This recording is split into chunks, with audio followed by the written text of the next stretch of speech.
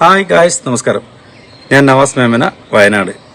കേരളത്തിലുടനീളം ഏറ്റവും ചെലവ് കുറഞ്ഞിട്ട് ഹൈടെക് ആയിട്ട് ഫാം ചെയ്യുകയും ഫാമിന് വേണ്ടുന്ന എല്ലാ സംവിധാനങ്ങളും ചെയ്യുകയും കർഷകരുടെ കൂടെ നിന്ന് അവർക്ക് വേണ്ടുന്ന ഫാമിലേക്ക് വേണ്ടുന്ന എല്ലാ സജ്ജീകരണങ്ങളും ചെയ്തു കൊടുത്തിട്ട് അവരെ സക്സസ് ആക്കുകയും ചെയ്യുന്നതാണ് എൻ്റെ ഡ്യൂട്ടി. ഏറെക്കുറെ പേർക്ക് എന്നെ അറിയാമെന്ന് എനിക്കറിയാം. പതിവ് പോലെ തന്നെ നമ്മൾ പുതിയൊരു ഫാമിൻ്റെ വീഡിയോ ആയിട്ട് വന്നിരിക്കുകയാണ്. നമ്മളെ കാസർഗോഡ് ചീമേനി എന്നുള്ള സ്ഥലത്ത് ചെയ്തിട്ടുള്ള ഒരു ഫാം കാണിക്കാൻ വേണ്ടിയിട്ടാണ്. ആ ഫാമിൻ്റെ പ്രത്യേകത, അവിടെ നമുക്കൊരു ഫാമിന് വേണ്ടുന്ന സംഭവങ്ങൾ എന്തൊക്കെയാണ്, അല്ലെങ്കിൽ ഒരു ഫാം ചെയ്യുമ്പോൾ നമുക്ക് അടിസ്ഥാനപരമായിട്ട് എന്തൊക്കെ വേണം എന്നുള്ളതിൻ്റെ ഒരു ഉദാഹരണമാണ് ഈ ഫാം. ഈ ഫാം എല്ലാവരും നിർബന്ധമായിട്ടും കാണണം. കാരണം ഒരു ഫാം ചെയ്യുമ്പോൾ നമുക്ക് പലരും ഫാം മാത്രം അല്ലെങ്കിൽ മറ്റൊന്ന് മാത്രം, ഇതങ്ങനെ ഇതെല്ലാം ഉൾപ്പെടുത്തി ചെയ്തിട്ടുള്ളതാണ്. അതുകൊണ്ട് തന്നെ എല്ലാവർക്കും ഇത് ഉപകാരപ്പെടുന്നൊരു വീഡിയോ ആണ്. വീഡിയോ സ്കിപ്പ് ചെയ്യാതെ മുഴുവനായിട്ട് കണ്ടാൽ മനോഹരമായൊരു ഏറ്റവും ചെലവ് ചുരുങ്ങിയിട്ട് ചെയ്തിട്ടുള്ള ഒരു ഹൈടെക് ഡയറി ഫാമും അതിനോടനുബന്ധിച്ച് ചെയ്തിട്ടുള്ള ബാക്കിയുള്ള സംഭവങ്ങളെല്ലാം കാണാം. അപ്പോൾ എല്ലാവർക്കും വീഡിയോയിലേക്ക് സ്വാഗതം. അപ്പോൾ സൈറ്റ് നമുക്ക് ഹാൻഡ് ഓവർ ചെയ്യുന്ന സമയത്ത് ഈ മുകളിൽ കാണുന്ന കാടില്ലേ, ഇതുപോലെ ആയിരിക്കും ഉണ്ടാവുക.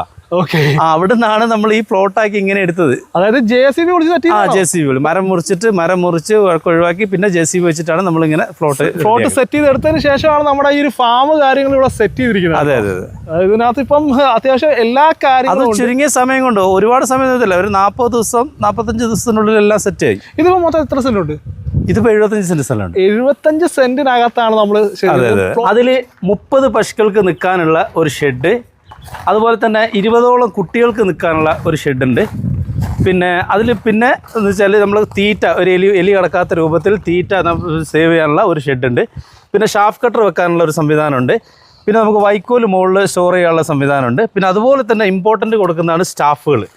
അവർക്ക് സ്റ്റാഫുകളെ നമ്മൾ പ്രൊവൈഡ് ചെയ്യുന്നുണ്ട്. അതുപോലെ തന്നെ അവർക്ക് താമസിക്കാനുള്ള സൗകര്യവും എല്ലാം നമ്മൾ സെറ്റ് ചെയ്തിരിക്കും. അതുപോലെ തന്നെ ഇതൊരു ഫാം ആകുമ്പോൾ അതിന് എന്തായാലും ഭാവിയിൽ ഓഫീസ് കാര്യങ്ങളെല്ലാം വേണം. അപ്പോൾ അതിനൊരു ഓഫീസും അവിടെ സെറ്റ് ചെയ്തു. അങ്ങനെ എല്ലാ സൗകര്യവും, അതുപോലെ ചാണകം ഉണക്കുന്ന ഷെഡ്, അതുപോലെ തന്നെ നമ്മളെ ഈ മൂത്രം ഒഴുകി കഴുകുന്ന വെള്ളം സ്റ്റോർ ചെയ്യാനുള്ള സംവിധാനം, അങ്ങനെ എല്ലാം കൂടെ ഒരു ഫാമിന് വേണ്ടുന്ന അടിസ്ഥാനപരമായിട്ടുള്ള എല്ലാ സൗകര്യങ്ങളും ഉൾപ്പെടുത്തിയിട്ടാണ് നമ്മളിവിടെ ചെയ്തിട്ടുള്ളത്. നമുക്കൊരു മിനിമം സ്റ്റാർട്ടിങ് എത്ര പശുക്കളെ വെച്ചിട്ടുള്ള ഫാം നമുക്ക് ചെയ്യാം? നമ്മളിപ്പോൾ കേരളത്തിലുടനീളം ചെയ്യുകയാണെന്നുണ്ടെങ്കിൽ 20 പശുക്കൾക്ക് മേലേക്കുള്ളതാണ് നമ്മൾ ചെയ്യുന്നത്. കാരണം അതിൽ താഴെ ഒന്നാമത് ചിലവ് കുറച്ചിട്ട് കോസ്റ്റ് കുറച്ച് ചെയ്യുന്ന സംഭവമാണ്. അപ്പോൾ ഒരുപാട് ബെനിഫിറ്റ് ഒന്നുമില്ല. അപ്പോൾ അതുകൊണ്ട് തന്നെ നമ്മളിത് 20 പശുക്കൾക്ക് മേലേക്കുള്ളത് നമ്മൾ ചെയ്യുന്നുള്ളൂ. ഇപ്പോൾ അതിന് താഴേക്ക് ചെയ്ത് എത്ര സെന്റ് സ്ഥലം വേണം? 20 പശുക്കളുടെ ഫാമും അതുപോലെ അതുമായിട്ട് ഡിപ്പെൻഡ്, നമ്മൾ നേരത്തെ പറഞ്ഞ പോലെ ഈ സംഭവങ്ങളെല്ലാം ഉൾപ്പെടുത്തുകയാണ്. 30 സെന്റ് സ്ഥലം വേണം 20 പശുക്കൾക്കാണെങ്കിൽ. ഇപ്പോൾ 30 പശുക്കൾക്കാണെങ്കിൽ ഒരു 40 സെന്റ് സ്ഥലം.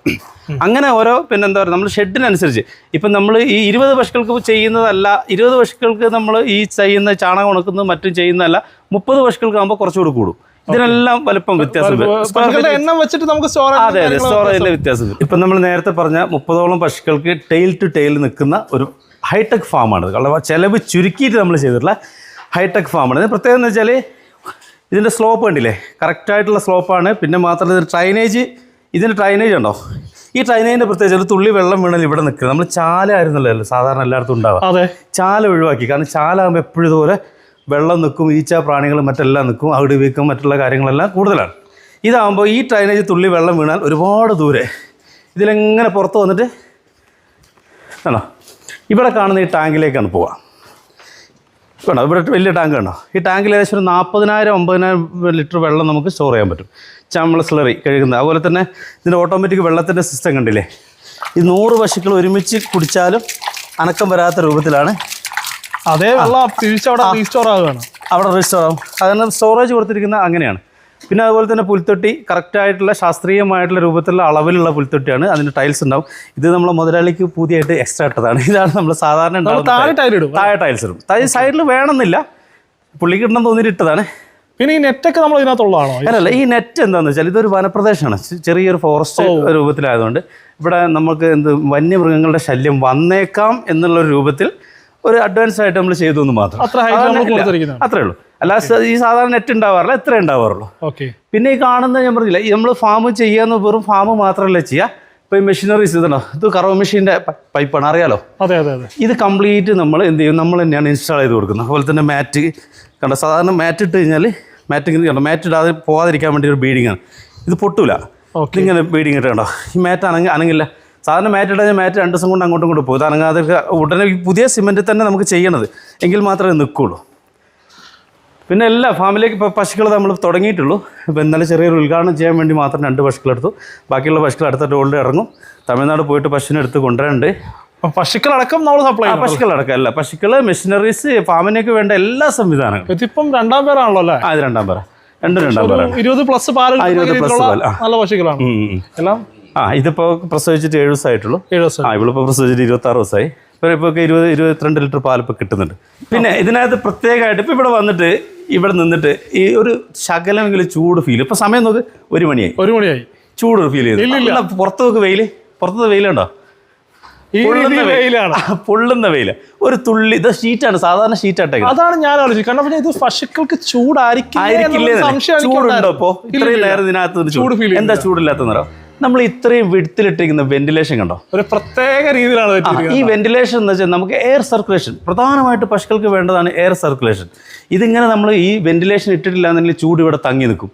അപ്പോൾ ഈ ഫാന് നമ്മൾ ഇട്ടേക്കുന്നത് എന്തിനാണ്? ഇത് കഴുകുന്ന സമയത്ത് പെട്ടെന്ന് ഡ്രൈ ആവാൻ വേണ്ടിയിട്ടാണ് നമ്മൾ ഫാൻ ഇട്ടത്. അത് മാത്രമാണ് നമ്മൾ ഉദ്ദേശിക്കുന്നത്. അത്രേ ഉള്ളൂ. കാരണം പിന്നെ അതുപോലെ തന്നെ നമ്മൾ ചില സമയത്ത് രാവിലെ പുലച്ച കറക്കുന്ന സമയത്ത് ഒരു തരം പ്രാണി വരാണ്ട്, കുഞ്ഞു പ്രാണി. അതിനെ ഓടിക്കാനും നമുക്ക് ഫാൻ ഇട്ടാലും നടക്കും.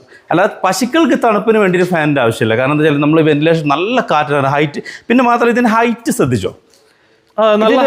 ഇതിനൊരു ശാസ്ത്രീയമായ അളവുണ്ട്. ഇതിൻ്റെ അളവുണ്ട്. കാരണം ഇപ്പം നമ്മൾ ലൈസൻസോ മറ്റോ എടുക്കുകയാണെന്നുണ്ടെങ്കിൽ അവർക്ക് ഒരു സൈഡ് ഇത്ര അളവ് വേണമെന്നുണ്ട്. എങ്കിൽ മാത്രമേ നമുക്ക് ലൈസൻസ് അപ്രൂവ് ആവുള്ളൂ. അപ്പോൾ അതും കൂടെ കണക്കാക്കിയിട്ടാണ് മിനിമം ഇതാണോ ഇവിടുന്ന് മേലെ വരെ, ഇവിടുന്ന് നമ്മളെ പുൽത്തൊട്ടീൻ്റെ മേലെ നിന്ന് 10 അടി ഹൈറ്റ് നിർബന്ധമാണ്. അതിൽ കുറയ്ക്കാൻ പാടില്ല. അപ്പോൾ ഇത്രയും ഹൈറ്റിലും ഇങ്ങനെ വെന്റിലേഷൻ ഇട്ടുകൊണ്ട് തന്നെ ചൂട് ഒട്ടും ഉണ്ടാവില്ല. ഏത് ഷീറ്റ് ഇട്ടാലും ചൂട് ഒട്ടും ഉണ്ടാവില്ല എന്നുള്ളതാണ് അതിന് ഗ്യാരണ്ടി പറയുന്നത്. ഇങ്ങനെ ഈ രീതിയിൽ ചെയ്യുന്നതുകൊണ്ട് തന്നെ ഇതൊരാൾക്ക് ലൈസൻസ് എടുക്കാൻ ഒരു ബുദ്ധിമുട്ടുണ്ട്. കാരണം ഒരു മെയിനായിട്ട് അവർ നോക്കുന്നത് നമ്മളെ പിന്നെ വേസ്റ്റ് മാനേജ്മെൻറ്റിന് ഇമ്പോർട്ടൻ്റ് ആണ്. ഈ ലൈസൻസ് പൊല്യൂഷൻ്റെ പ്രശ്നം വരും. അപ്പോൾ അവർ വന്നാൽ ആദ്യം നോക്കുന്നത് വേസ്റ്റ് മാനേജ്മെൻറ്റ് എങ്ങനെയാണെന്നുള്ളത്. ഇപ്പോൾ നമ്മൾ വേസ്റ്റ് മാനേജ്മെൻറ്റ് ഇവിടെ വേസ്റ്റ് എവിടെയാണെന്ന് പോലും ആർക്കും കണ്ടുപിടിക്കാൻ കഴിയില്ല. ഈ മൂത്രം എങ്ങോട്ടാണ് പോകുന്നത്, അല്ലെങ്കിൽ കഴുകുന്ന വെള്ളം എങ്ങോട്ടാണ് പോകുന്നത്, ആർക്കും കാണാൻ പറ്റാത്ത രൂപത്തിലാണ് വേസ്റ്റ് മാനേജ്മെൻറ്റ്. അപ്പോൾ അതുകൊണ്ട് തന്നെ അവർക്ക് ഡോക്യുമെൻ്റ് ആയിട്ട് ഇപ്പോൾ ലൈസൻസ് എടുക്കാനോ മറ്റുള്ള ഒരു കാര്യത്തിനോ ഒരു ബുദ്ധിമുട്ടും അവർക്ക് ഉണ്ടാവില്ല. അതാണ് ഇതുവരെ ചെയ്തു കൊടുത്തിരിക്കുന്നതിനകത്ത് ഒരു ബുദ്ധിമുട്ടില്ല. എല്ലാവർക്കും ഈസി ആയിട്ട് ലൈസൻസ് കിട്ടും. പിന്നെ ഇപ്പം നമ്മൾ ബയോഗ്യാസ് പ്ലാന്റ് ഇപ്പോൾ 20 പശുക്കൾക്ക് മേലെ 20 പശുക്കൾ വരെ ഇപ്പം നമുക്ക് നിലവിൽ ലൈസൻസ് ആവശ്യമില്ല. 20-30 പശുക്കളുടെ ആയതുകൊണ്ട് ലൈസൻസ് വേണം. അപ്പോൾ അതിന് വേണ്ടത് ഇനി ബയോഗ്യാസ് പ്ലാന്റ് ആണ്. ബയോഗ്യാസ് പ്ലാന്റ് വേണ്ടിയിട്ട് നമ്മളവിടെ സ്ഥലം മാറ്റിയിട്ടുണ്ട്. അത് ബയോഗ്യാസ് പ്ലാന്റും കൂടെ ചെയ്യാനാണ്. ബാക്കി ഇവിടെ ഇന്നലെ ആൾ വന്നു, എല്ലാം പേപ്പറുകളെല്ലാം കാര്യങ്ങളെല്ലാം ഓക്കെയാണ്. കാരണം അവർക്ക് എല്ലാവരും ഓക്കെയാണ്. കാരണം എന്ന് വെച്ചാൽ എല്ലാം ചെയ്തിരിക്കുന്നത് അതിൻ്റേതായിട്ടുള്ള രീതിക്ക് തന്നെയാണ്. അവർക്ക് മൈനസായിട്ട് ചൂണ്ടിക്കാണിക്കാൻ ഒന്നും ഉണ്ടായിട്ടില്ല.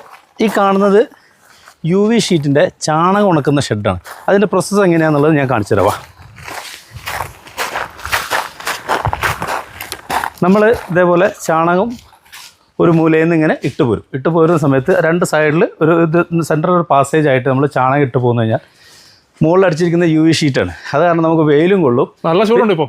നല്ല ചൂടാണ്. പിന്നെ അടുത്ത പരിപാടി എന്ന് വെച്ചാൽ ഇതിൻ്റെ കോർണറിൽ ഇവിടെ ഒരു ചെറിയൊരു കൂട് വെച്ചിട്ട് 100 കോഴീനെ ഇവിടെ ഇതിനകത്തിടും. ഇതിനെ കോഴീനെ ഇട്ട് കഴിഞ്ഞാൽ കോഴികൾക്ക് നമ്മൾ എക്സ്ട്രാ തീറ്റയും കൊടുക്കണ്ട. നമ്മളെ ചാണകം 4 ദിവസം കൊണ്ട് ഇവർ നല്ല ചിക്കിപ്പെറുക്കി ഉണക്കി നമുക്ക് കിട്ടും. അപ്പോൾ നമുക്ക് പാക്കറ്റാക്കി എടുക്കുക എളുപ്പമാണ്. അതെ പാക്കറ്റ് ആക്കിയിട്ട് ഇവിടുന്ന് വണ്ടിയിലേക്ക് വേസ്റ്റ് നമുക്ക് നമുക്ക് വരുമാനം ഉണ്ടാക്കാവുന്ന ഒരു സെറ്റപ്പ് നമ്മൾ. അതെ, ഇത് 2 വരുമാനമാണ്. ഒന്ന് ചാണകം പെട്ടെന്ന് ഉണങ്ങി കിട്ടും, മെഷീൻ വേണ്ട. രണ്ടാമത്തെ വെച്ചാൽ കോഴികൾക്കുള്ള തീറ്റ ഇതിൽ നിന്ന് കിട്ടും, കോഴിയുടെ മുട്ട. അപ്പോൾ ഇതുകൊണ്ട് ഉദ്ദേശിക്കും. ഇപ്പം നമ്മളെന്താ പണ്ടൊക്കെ ആയിരുന്നു വലിയ കുഴി എടുത്തിട്ട് ചാണകം അതിലിട്ട് ഉണക്കുക. അതൊക്കെ ഭയങ്കര പ്രശ്നം. കാരണം വെച്ചാൽ കുഴിയിൽ നിന്ന് കോരിയെടുക്കാൻ മറ്റുള്ളൊക്കെ ബുദ്ധിമുട്ടാണ്. ഇപ്പം ഇത് ആകുമ്പോൾ ഈസി ആയിട്ടുള്ള പർപ്പസാണ്.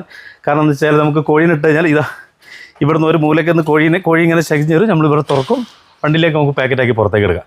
ഇതാണ് ഈസി. ഇതിൻ്റെ സ്ലറി ഇവിടെ ഒഴിച്ചു പോകാൻ വേണ്ടിയിട്ട് ഇവിടെ നമ്മളൊരു പൈപ്പ് ഇട്ടിട്ടുണ്ട്. ഇതെന്താക്കും, ഇത് സ്ലറി ഉണ്ടാവും എന്തായാലും. അത് അതിലേക്ക് പുറത്തേക്ക് ഒഴിച്ചു പോകുന്നത് അവിടെ നമ്മളെന്താക്കും, അവിടെ സേവ് ചെയ്യും. അപ്പുറം ഈ ഒരു സെറ്റപ്പ് അടിപൊളി കേട്ടോ, അടിപൊളി. ഈ റീസെന്റ് ആയിട്ട് ഞാൻ ഇത്രയും സെറ്റപ്പ് ഒരു ഫാം ഞാൻ വിസിറ്റ് ചെയ്തിട്ടില്ല. Thank you very much.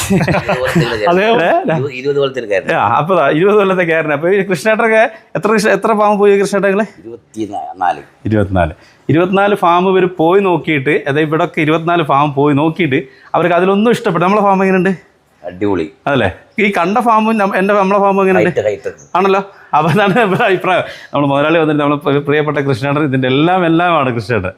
അപ്പൊ ഇവർക്കൊക്കെ ഇഷ്ടപ്പെട്ടിട്ട് എന്താ പറയാ എല്ലാം ഇപ്പൊ പശുവിന്റെ കാര്യത്തിലെ അത് മാത്രമല്ല നമ്മളെ ഈ ഫംഗ്ഷന് നമ്മുടെ ഇവിടെ ചുറ്റുപാടായിട്ട് ബന്ധപ്പെട്ട ആൾക്കാരെ ഡിപ്പാർട്ട്മെന്റ് ഉദ്യോഗസ്ഥന്മാരാ CI എന്ന് പറഞ്ഞ അഭിപ്രായം എന്ന് പറഞ്ഞാൽ ഹൈടെക് ഫാം എല്ലാവരും കൃഷി നമ്മൾ എത്ര ഇഷ്ടപ്പെട്ടു ക്ഷീരവസനമൊപ്പം വന്നിരുന്നു കുറെ ആൾക്കാർ ക്ഷീരവസനം ഈ ഫാം നടത്തുന്ന കക്ഷികൾ നമ്മൾ ഇന്ന് ക്ഷണിച്ചിരുന്നു. അവിടെ ഒന്ന് വന്നിട്ട് ഭക്ഷണം കഴിച്ചാൽ പോയത്. അവരും അഭിപ്രായം നല്ല അഭിപ്രായം തന്നെയാണ്. എല്ലാവരും ഉത്തരവാദിത്തവും കൂടി പറഞ്ഞ സമയത്തിന് മുമ്പേ പണി തന്ന വ്യക്തി അറിയാം എല്ലാ കാര്യങ്ങളും എന്തെങ്കിലും എന്റെ പണി ഇയാളായിട്ട് പരിചയപ്പെടുന്നത് 24 ഫാം പോയി സന്ദർശിച്ച് നമുക്കൊന്നും ഇഷ്ടപ്പെടില്ല. എനിക്കും എൻ്റെ ബോസിനും ഞങ്ങൾ യൂട്യൂബിൽ പരിചയിച്ച് ഇയാളെ ബന്ധപ്പെടുന്നു. ഓക്കെ, നമുക്ക് ഏതെങ്കിലുമൊക്കെ ഒഴിവാക്കി നമുക്ക് ഇതിനെ കസ്റ്റമൈസ് ചെയ്തെടുക്കാൻ പറ്റും. ഇത് മൊത്തത്തിൽ ഒഴിവാക്കുക. നമ്മൾ എന്താ ഒഴിവാക്കുക?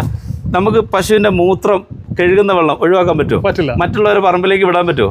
ചാണകം നമുക്ക് സേവ് ചെയ്യണ്ടേ? ചാണകം നമുക്കൊരു ബൈ പ്രൊഡക്റ്റ് ആണ്, സേവ് ചെയ്യണം. പിന്നെ പശുക്കൾക്ക് കൊടുക്കാനുള്ള തീറ്റ നമുക്ക് എവിടെയെങ്കിലും വെക്കണ്ടേ?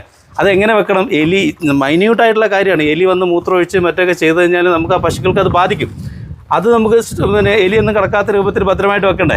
ശരിക്കും ഒരു ഫാമിലേക്ക് വേണ്ട ഫുൾ സ്ട്രക്ചർ. പിന്നെ അതുപോലെ തന്നെ 20 പശുക്കളുണ്ടെങ്കിൽ ചുരുങ്ങിയത് ഒരു 10 കുട്ടികളെ നമ്മൾ വെക്കില്ലേ? തീർച്ചയായിട്ടും. കുട്ടികൾക്ക് വെക്കാൻ സ്ഥലം വേണ്ട, ഷെഡ് വേണ്ട, ചെറിയ ഷെഡ് വേണം, അത് വേണം.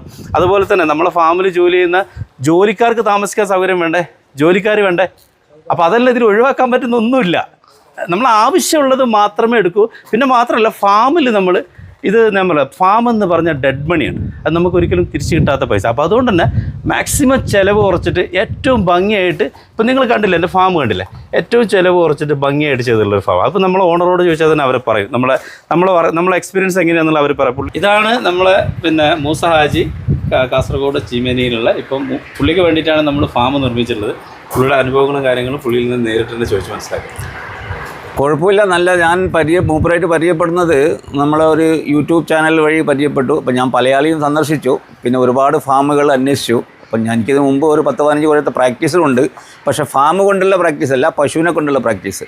അപ്പോൾ ഒരു വ്യത്യസ്ത രീതിയിൽ പണിയണമെന്ന് പറഞ്ഞ് ഇങ്ങനെ 10-15 ഫാമുകൾ നോക്കി. പക്ഷേ ആധുനിക രീതിയിൽ നിന്ന് പറച്ചൽ മാത്രം, ഒരു ഷെഡ് കെട്ടിയിട്ടുണ്ട്, പശുവിനെ കെട്ടിയിട്ടുണ്ട്, മറ്റ് സംവിധാനങ്ങളൊന്നുമില്ല. അപ്പം ഞാൻ എൻ്റേതായ ഒരു വ്യത്യസ്തമായ രീതിയിൽ ചെയ്യണം, മൂപ്പറായിട്ട് ചെയ്തു. ഇതുവരെ ചെയ്തിട്ടില്ലാത്ത ഒരു രീതിയിൽ നമുക്ക് പണിഞ്ഞു തരണമെന്ന് പറഞ്ഞു. അപ്പോൾ അതേപോലെ മൂപ്പര് എല്ലാ സമയത്തോടും ഇപ്പോൾ തൊഴുത്ത് മാത്രമല്ല, പിന്നെ കുട്ടികളുടെ ഷെഡ്, അതുപോലെ പുല്ലിൻ്റെ ഷെഡ്, ഉണക്കപ്പുല്ലിൻ്റെ ഷെഡ്, തീറ്റ ഷെഡ്, കോഴികളുടെ താമസം, ഓഫീസ് കാര്യങ്ങളൊക്കെ കൂടി എന്താക്കിയിട്ടുണ്ട്. ഞാൻ വിചാരിച്ചതിനേക്കാൾ ചെറിയ ഒരു വില കുറച്ചിട്ട് തന്നെ പറയാം. വില എന്ന് പറയുമ്പോൾ എൻ്റെ ലാഭം ഉള്ള രീതിയിൽ തന്നെ അവർ പണിഞ്ഞു തന്നിട്ടുണ്ട്. പിന്നെ പശുക്കളെ ഞാൻ ഇറക്കിയിട്ടില്ല. ഇപ്പം ഇന്നലെ സ്റ്റാർട്ടായതേ ഉള്ളൂ. ബാക്കിയുള്ള പശുക്കളെ നമ്മൾക്ക് ഇനി ഇറക്കണം. അപ്പോൾ ഇവരുടെ സഹായം എപ്പോഴും വേണമെന്ന് പറഞ്ഞിട്ടുണ്ട്. ഫോണിൽ നിരന്തരം ബന്ധപ്പെടുന്നുണ്ട്. കുഴപ്പമില്ല. ഇതുവരെ അന്ന് മുതൽ ഇന്ന് വരെ എൻ്റെ കൂടെയുണ്ട്. അപ്പോൾ ഇന്നലെയാണ് ഞാൻ പശു സ്റ്റാർട്ട് ചെയ്തത്. അപ്പോൾ കറന്നെടുക്കുന്നുണ്ട്, പാല് കാണിച്ചു തന്നിട്ടില്ലേ പോവുള്ളൂ എന്ന് പറഞ്ഞു. അപ്പോൾ അതേപോലെ ഇതിപ്പോഴും പാല് കാണിച്ചു തന്നു. ഇനി ചിലപ്പം ഇന്നോ നാളെ ഞാൻ പറഞ്ഞേക്കും. പറഞ്ഞേക്കാണ്ട് പോകില്ല എന്ന് പറഞ്ഞു.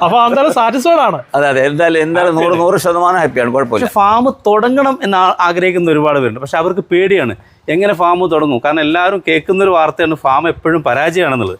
അങ്ങനെയുള്ള ആളുകൾ, ഫാം തുടങ്ങാൻ ആഗ്രഹിക്കുന്ന ആളുകളുണ്ടെങ്കിൽ നമ്മളെ സമീപിക്കാം. അവർക്ക് പൂർണ്ണ പിന്തുണ കൊടുത്ത് അവരെ വിജയത്തിലേക്ക് എത്തിക്കുന്നത് വരെ അവർക്ക് വേണ്ടുന്ന ഫാമിൽ വേണ്ടുന്ന എല്ലാ കാര്യങ്ങളും ചെയ്ത് അവരെ വിജയത്തിലേക്ക് എത്തിക്കുന്നത് വരെ അവരുടെ കൂടെ നമ്മൾ വിജയം 100% ഉറപ്പാക്കിയിട്ട് നമ്മൾ തരും. 100% ഉറപ്പാക്കിയിട്ട് 20 വർഷത്തെ ഗ്യാരണ്ടിയോടുകൂടെ ഞാൻ എന്ത് ചെയ്യും, അവരുടെ കൂടെ ഒന്ന് അവരെ വിജയിപ്പിച്ചിരിക്കും, ഉറപ്പാണ്. കാരണം ഞാൻ ചെയ്ത ഫാമുകളെല്ലാം ലോക്കൽ സെയിലും മറ്റൊക്കെ ആയിട്ട് എല്ലാം സക്സസ് ആയിട്ട് പോകും, ചെയ്തെടുത്തെല്ലാം.